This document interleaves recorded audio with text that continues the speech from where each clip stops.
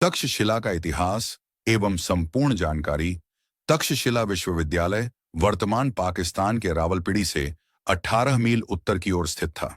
जिस नगर में यह विश्वविद्यालय था, उसके बारे में कहा जाता है कि श्री राम के भाई भरत के पुत्र तक्ष ने उस नगर की स्थापना की थी। यह विश्व का प्रथम विश्वविद्यालय था, जबकि विश्व का दूसरा विश्वविद्यालय नालंदा विश्वविद्यालय है, जो कि मगध में वर्तमान बिहार राज्य के नालंदा जिला में स्थित है। तक्षशिला की स्थापना 7वीं ईसा पूर्व में की गई थी। तक्षशिला विश्वविद्यालय में पूरे विश्व के 10,500 से अधिक छात्र अध्ययन करते थे। यहाँ 60 से भी अधिक विषयों को पढ़ाया जाता था।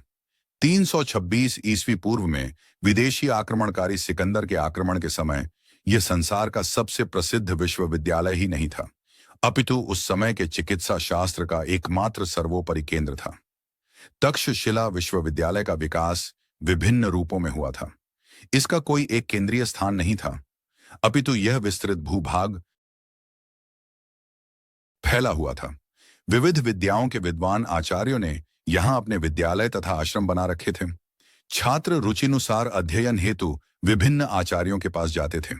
महत्वपूर्ण पाठ्यक्रमों में यहां वेद वेदांत, अष्टादश विद्याएं, दर्शन, व्याकरण, अर्थशास्त्र, राजनीति, युद्ध विद्या, शस्त्र संचालन, ज्योतिष, आयुर्वेद, ललित कला, हस्त विद्या, अश्व विद्या, मंत्र विद्या, विविध भाषाएं, शिल्प आदि की शिक्षा विद्यार्थी प्राप्त करते थे। प्राचीन भारतीय साहित्य के अनुसार पाणिनि, कौटिल्य, चंद्रगुप्त, जीवक कौशलराज, प्रसेनजित आदि महापुरुषों ने इसी विश्वविद्यालय से शिक्षा प्राप्त की। तक्षशिला विश्वविद्यालय में वेतनभोगी शिक्षक नहीं थे और न ही कोई निर्दिष्ट पाठ्यक्रम था। आज कल की तरह पाठ्यक्रम की अवधि भी निर्धारित नहीं थी और न कोई विशिष्ट प्रमाण पत्र या उपाधि दी जाती थी। शिष्य की योग्यता और रुचि देखकर आचार्य उनके लिए अध्ययन की अवधि स्वयं निश्चित करते थे, परंतु कहीं कहीं कुछ पाठ्यक्रमों की समय सीमा निर्धारित थी। चिकित्सा के कुछ पाठ्यक्रम 7 वर्ष के थे तथा पढ़ाई पूरी हो जाने के बाद प्रत्येक छात्र को 6 माह का शोध कार्य करना पड़ता था। इस शोध कार्य में वह कोई औषधि की जड़ी बूटी पता लगाता, तब जाकर उसे डिग्री मिलती थी।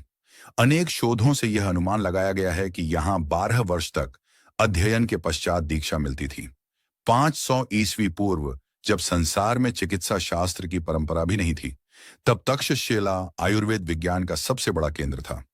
जातक कथाओं एवं विदेशी पर्यटकों के लेख से पता चलता है कि यहाँ के स्नातक मस्तिष्क के भीतर तथा अंतड़ियों तक का ऑपरेशन बड़ी सुगमता से कर लेते थे।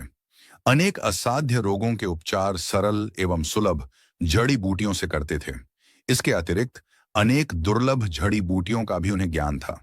शिष्य आचार्य के आश्रम में रहकर विद्याध्ययन करते थे। एक आचार्य के पास अनेक विद्यार्थी रहते थे। इनकी संख्या प्रायः 100 से अधिक होती थी और अनेक बार 500 तक पहुंच जाती थी। अध्ययन में क्रियात्मक कार्य को बहुत महत्व दिया जाता था। छात्रों को देशाटन भी कराया जाता था। शिक्षा पूर्ण होने पर परीक्षा ली जाती थी। तक्षशिला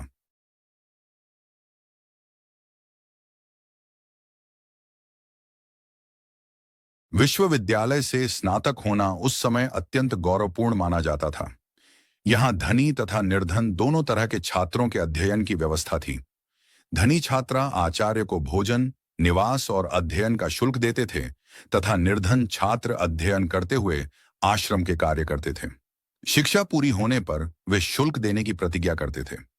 प्राचीन साहित्य से विदित होता है कि तक्षशिला विश्वविद्यालय में पढ़ने वाले उच्च वर्ण के ही छात्र होते थे।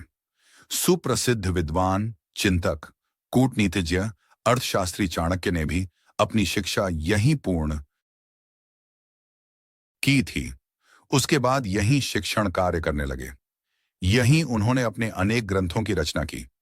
इस विश्वविद्यालय की स्थिति ऐसे स्थान पर थी जहां पूर्व और पश्चिम से आने वाले मार्ग मिलते थे। चतुर्थ शताब्दी ई पूर्व से ही इस मार्ग से भारतवर्ष पर विदेशी आक्रमण होने लगे। विदेशी आक्रांताओं हुड़ों ने इस विश्वविद्यालय को काफी क्षति पहुंचाई,